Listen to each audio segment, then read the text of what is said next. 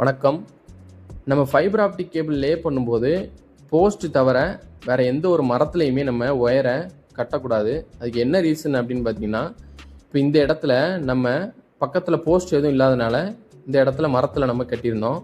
இந்த மரத்தில் கட்டியிருந்த இடத்துல என்ன ஆச்சு அப்படின்னு பார்த்தீங்கன்னா, அணில் வந்து நம்ம ஒயரை கடித்து உள்ள கோர் கட் ஆகலை, பட் வெளியில் இருக்கிற இன்சுலேஷன் மட்டும் டேமேஜ் ஆயிடுச்சு. இதனால என்ன ஆச்சு அப்படின்னு பார்த்தீங்கன்னா, நமக்கு மெயினாக வரக்கூடிய இன்புட் சிக்னல் வந்து லாஸ் ஆச்சு.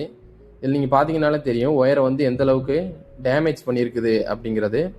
வெளியில் உள்ள அவுட்டர் லேயரை மட்டும் இது டேமேஜ் பண்ணியிருக்குது, உள்ளே இருக்க கோர் எதுவுமே கட் ஆகலை. அதனால் கோர் இழுத்து நமக்கு டேமேஜ் ஆகி ஒயர் லாஸ் இருந்தது.